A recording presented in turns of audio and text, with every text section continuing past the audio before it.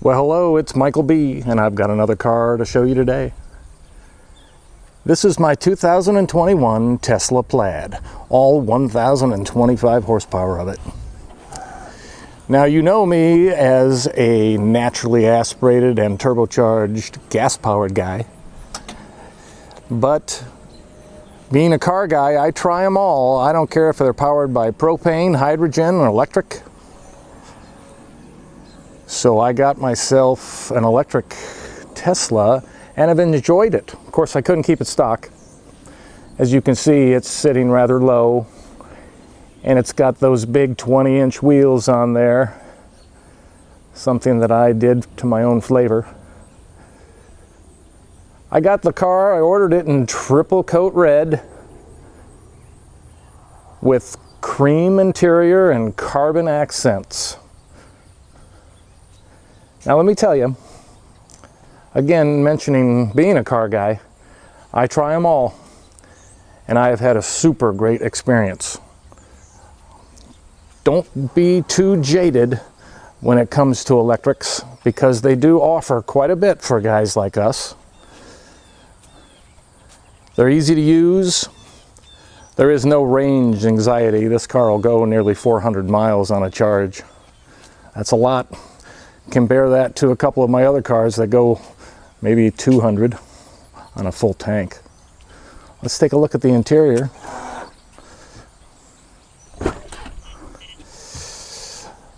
There's that Crema digital dash. Of course, a radar detector, because a car like this with over 1,000 horsepower, you need a radar detector. It's very comfortable. It does a whole lot of things. Teslas, as you know, have little Easter eggs all over the cars that allow you to personalize all types of little gadgets. However, the reason that I really bought this were two reasons, actually. The 1,000 horsepower certainly didn't hurt, but the full self-driving. I wanted to experience that full self-driving, and I like to drive, don't get me wrong, but to have the car do the mundane driving of, say, bumper-to-bumper traffic, or even in city, this car does a substantially better job of driving in town than even myself. It sees every little animal, every crack in the road, and it manages to avoid all of them. It is really a wonderful thing. As a matter of fact, it's wonderful enough that I'm going to show you how it works. Let's take it for a drive. Okay, so how do you drive a Tesla Plaid? Well, you don't. You let the Tesla Plaid drive you. Start off with putting on your seatbelt. That'll activate your, let's just say, preparation, and I'll close the door. The seat goes into your saved positioning. Excuse me. And you don't have to do anything. You're already ready to go, so let's go. So I think I may have mentioned when I ordered this vehicle, I ordered it with full self-driving, and while the 1,000+ horsepower was a draw, more than anything, I wanted to experience the full self-driving. This car is more than a one-trick pony. It'll not only accelerate and handle and look fabulous, but it does drive itself. So we're going to give that a little shot here. I might actually have an opportunity to show you some of the acceleration. However, it's just impossible to fathom 1,000 horsepower. You've got to think about that. I've got a lot of high horsepower cars, but 1,000 horsepower is its own league. So off we go. Everything is very quiet. So when the Tesla models were first made, there were some complaints about interior accoutrements and quality of build, etc. by the time this car was made, all that was taken care of. I have for many years driven a long list of German luxury cars, and when I got this car, the interior spec and the panel alignment and fit is all right on par with a car like that, and I've driven them all. So this interior, which is a couple of years old now, it's actually quite smashing. It works fantastic, everything is right, no squeaks, no rattles. Ergonomically, it's very useful, it's exciting to look at, and it functions quite well when you let the car do its own driving, which we're going to do here in a moment. So full self-driving works several different ways. One of the ways is you go into your navigation and you say, this is where I want to go, a grocery store, to the doctor's office or home. And another way you can do simply pushing the button and letting the vehicle go about its drive as it sees fit, only adding input when you want to turn or if you have a detour you want to take. But the full self-driving with navigation will absolutely pinpoint you to the spot you want to go. I think that's the future. But in a Tesla, it was telling me this car was coming at us, a G-Wagon was coming at us rather closely. Now this Toyota is crossing the center line. It's good. Anyhow, the future is now.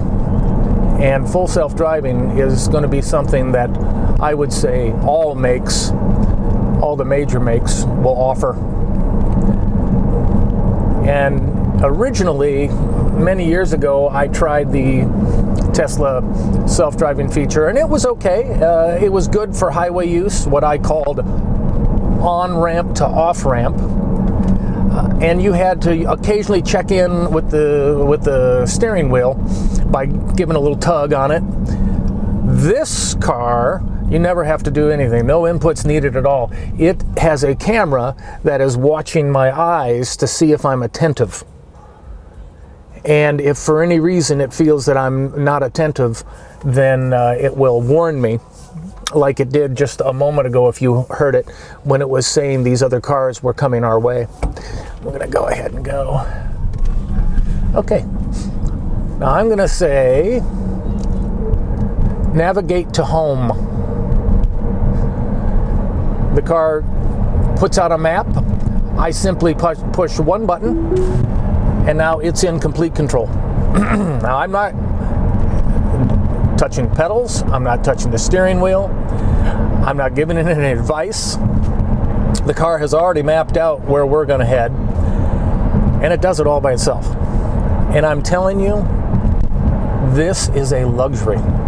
It is something that everybody could find useful. You're tired, you're sick, the car gets you home. You're busy, you have a conference you want to speak to somebody about. You still need to pay attention, but the car will do the driving for you, like it's doing for us right now. We're at 60 miles per hour. We're coming up on our turn that'll take us. And believe me, I'm a driver. I like driving cars. You know, everything you've seen is lightweight and sports model. But the mundane, like this tutorial while we're videoing, it can be handled by the car. As you can see there, we merged out of traffic. It took the turn signal on by itself, and it pointed us down the road as it's supposed to. It's paying attention to speeds. It's paying attention to maybe a small dog, pedestrians, other vehicles, obviously. It is exceptional. Today's full self-driving is leagues ahead of the self-driving from, let's call it, even 4 or 5 years ago. So we're going to let it take us home, and I'm going to show you where it's going to put us, because I think you'll like it. Again, I had mentioned, say you've had a long day at work, or you're ill, your medications aren't working, whatever. You can get this so that you'll be home safe, happy, all the right things. As you can see, some traffic's going by, and I don't have to give any input. It has mapped me to exactly where I want it to go.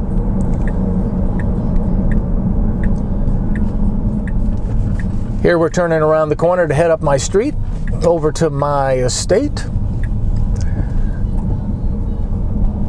And without any direction from me, it's going to take me right up to the door. It's quite miraculous. Here we go. I'm going to turn into the driveway. Again, no inputs from me. I haven't done a thing. And it's taking me up the drive, and it's going to put me right at the garage.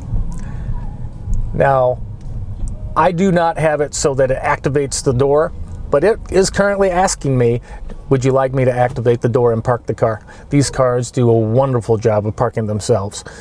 That, again, is something that was a slow start, and now it is an absolute perfection. So, I'm not going to have it park in the garage, but I want you to know that the acceleration, this car is a 9-second quarter-mile car at 150 miles per hour. This car has the ability to do over 200 miles per hour. All of that is fantastic, but what this car's true highest quality piece is the full self-driving. It's something that I use nearly every day, and it's something that I think you would use if you had the opportunity. So, that's my Tesla Plaid. We'll go on to the next car next. Thanks for watching.